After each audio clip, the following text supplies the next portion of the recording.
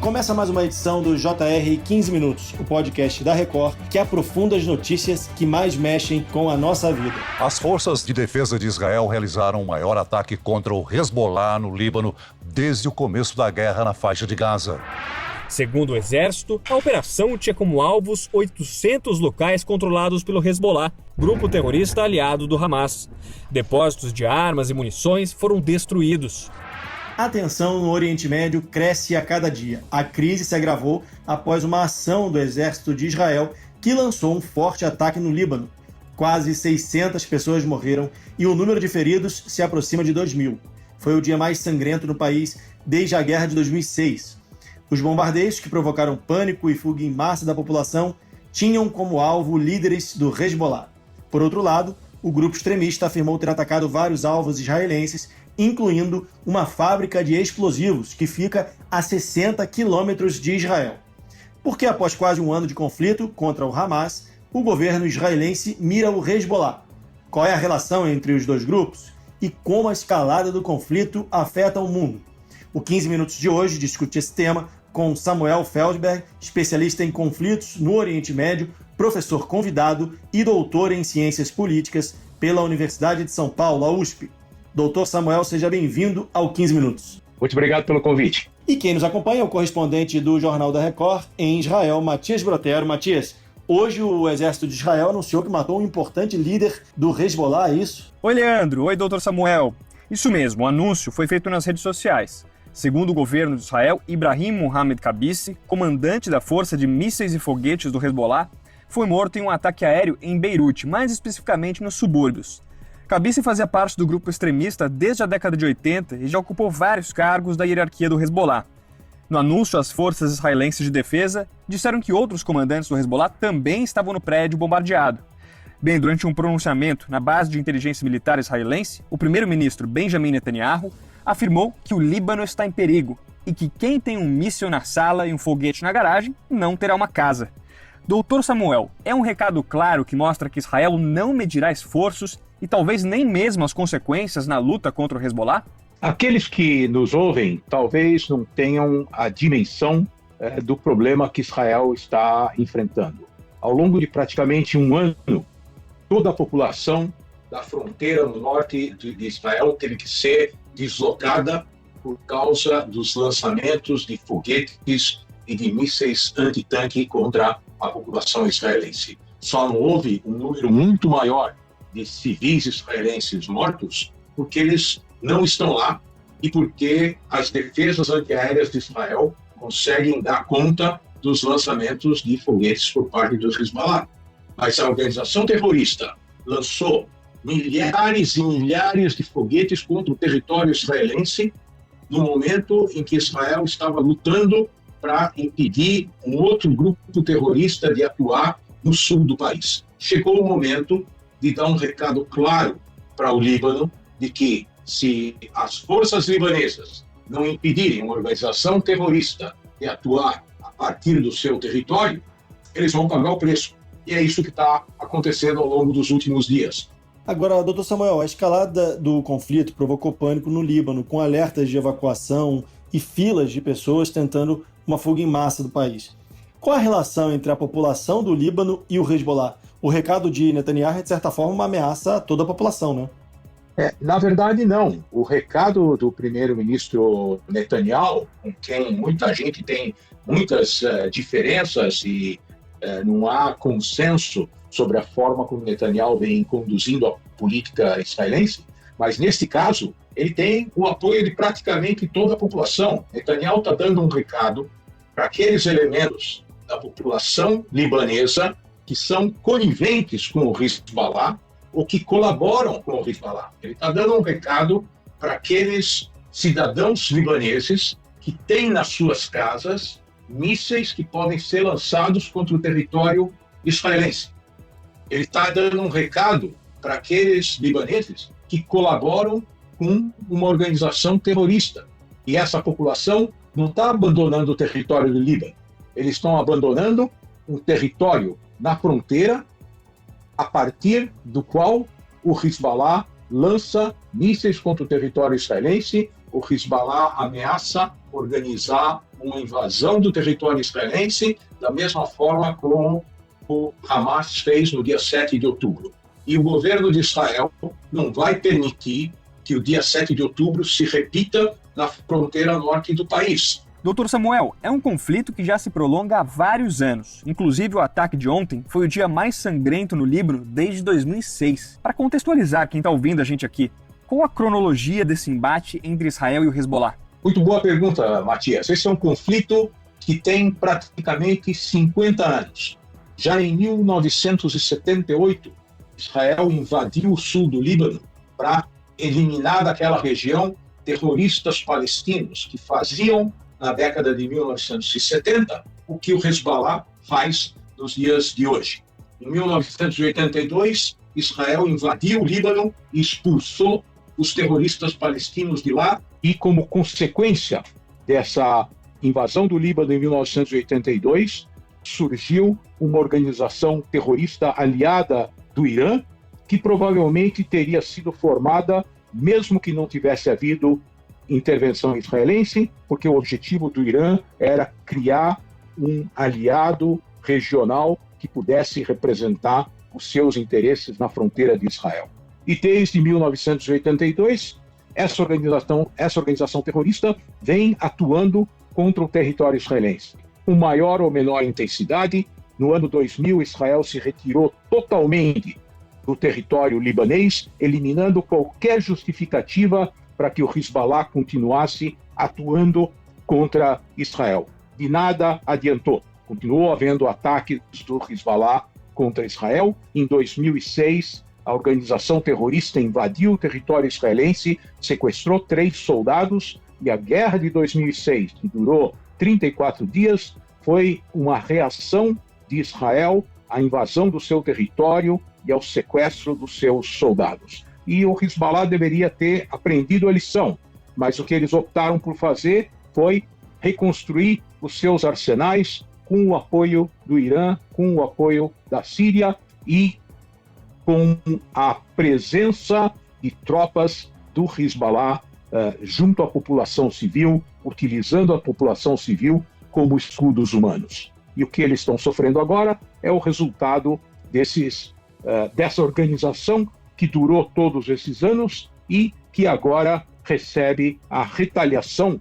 Era isso que eu queria perguntar para o senhor. A guerra contra o grupo terrorista Hamas na faixa de Gaza completa um ano no mês de outubro. Por que mesmo sem a resolução desse conflito, o governo de Israel avança no Líbano? Primeiro porque o conflito na faixa de Gaza está quase resolvido.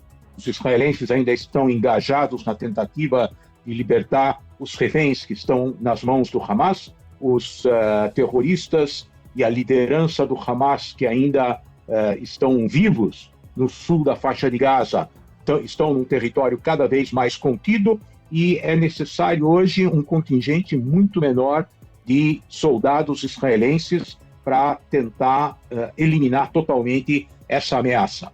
Então há a possibilidade de deslocar contingentes das Forças Armadas israelenses para o norte, para finalmente lidar com a ameaça do Hezbollah. Lembrando que essa guerra vem sendo travada em 2 frentes. As tropas israelenses estão praticamente há um ano presentes dentro do território da faixa de Gaza, mas no norte vem sendo travada uma guerra de atrito, onde o Hezbollah, desde o dia 8 de outubro, diariamente lança foguetes e mísseis antitanque contra o território israelense, e os israelenses vêm retaliando através de bombardeios contra as forças do Hezbollah. E se isso, aliado aos ataques contra os líderes do Hezbollah, que foram realizados através da explosão dos beepers e dos walkie-talkies e do bombardeio de uma reunião de líderes que matou 16 do Hezbollah, se tudo isso não for suficiente, vai haver uma nova invasão terrestre do território libanês,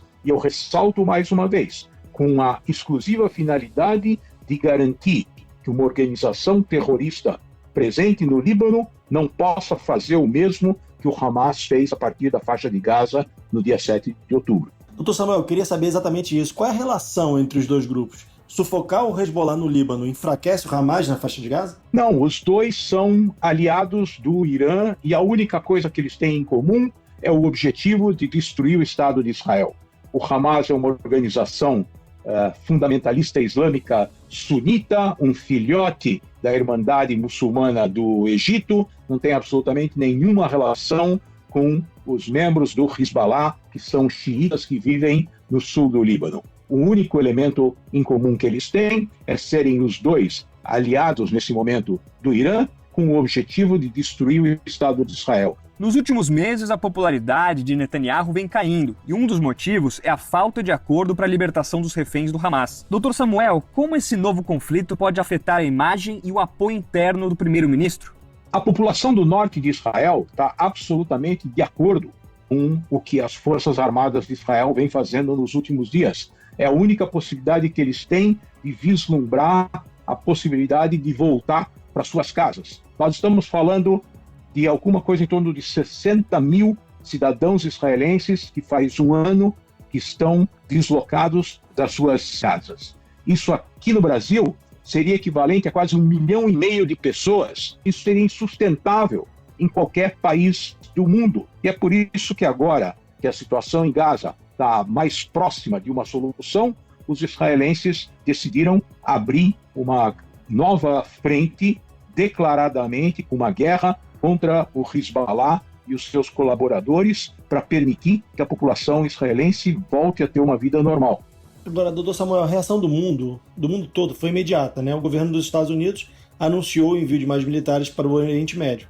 Já outros países tiveram uma reação diferente. A Rússia, por exemplo, condenou a escalada do conflito e alertou para a desestabilização do Oriente Médio, que é produtor de petróleo. Essa pressão internacional pode, de alguma forma, alterar os rumos desse conflito? A preocupação dos Estados Unidos é impedir a intervenção direta do Irã nesse conflito. O Irã já lançou, no dia 13 de abril, 300 mísseis e drones contra o território israelense, tentando demonstrar o que eles são capazes de fazer. O resultado foi a incapacidade de atingir o território israelense, inclusive porque houve a participação de várias forças locais, entre elas a Arábia Saudita, a Jordânia e forças inglesas também presentes na região. O mundo todo tem que entender que a guerra que Israel vem travando contra o fundamentalismo islâmico na região é a fronteira de uma guerra contra a civilização ocidental. Se o Hamas e o Hezbollah conseguirem demonstrar que o radicalismo islâmico pode vencer a única democracia do Oriente Médio, o resultado desse conflito vai ser, na sequência, ataques como o das Torres Gêmeas que aconteceram em Nova York no dia 11 de setembro. A guerra de Israel contra o fundamentalismo islâmico é a última fronteira da civilização ocidental e os países que prezam a democracia deveriam apoiar Israel na sua luta. E como foi citado, existe a preocupação com o petróleo produzido na região. 48,3% das reservas mundiais estão no Oriente Médio. Dr. Samuel, esse fator pode ser decisivo na resolução desses conflitos? O conflito entre Israel e o Hamas, Israel e o Hezbollah, na verdade, não tem absolutamente nada a ver com a questão do petróleo. Nem Israel, nem o Líbano, nem a faixa de Gaza produzem petróleo. Israel produz algum gás na região do Mediterrâneo, que é importante só no contexto regional. O risco para o abastecimento do petróleo está numa possível intervenção do Irã na região do Golfo Pérsico, que possa eventualmente impedir a retirada de petróleo do Golfo Pérsico através de navios que transitam do Iraque, da Arábia Saudita, do próprio Irã, eventualmente de outros países da região. Mas, na verdade, o contexto do conflito na margem do Mediterrâneo, de forma nenhuma, deveria afetar o suprimento de petróleo. Mas a percepção da possibilidade de um envolvimento do Irã e de um trânsito de petróleo afetado no Golfo Pérsico, como aconteceu na década de 1980 ou 1990, isso sim poderia ter um impacto importante no fornecimento de uma parte do petróleo para o mundo industrializado. Muito bem, chegamos ao fim dessa edição do 15 Minutos. Agradeço a participação de Samuel Feldberg, especialista em conflitos no Oriente Médio, professor convidado e doutor em Ciências Políticas pela Universidade de São Paulo, a USP. Dr. Samuel, muito obrigado pela sua participação. Obrigado, Matias. Obrigado, Leandro. Foi um prazer participar do programa. Estou sempre à disposição de vocês. Agradeço também a presença do correspondente do Jornal da Record em Israel, Matias Brotero. Muito obrigado, Stoliar. Obrigado, Dr. Samuel. Até uma próxima. Esse podcast contou com a produção de David Bezerra e dos estagiários Fernando Russo, Isabela Santos e Yasmin Logrado. Sonoplastia de Diego Marcones. Coordenação de conteúdo, Edivaldo Nunes e Deni Almeida. Direção editorial, Tiago Contreira. E vice-presidente de jornalismo, Antônio Guerreiro. Você pode acompanhar o JR 15 Minutos no portal r7.com, nas redes sociais do Jornal da Record e também nas principais plataformas de streaming. Te aguardamos no próximo episódio. Até lá!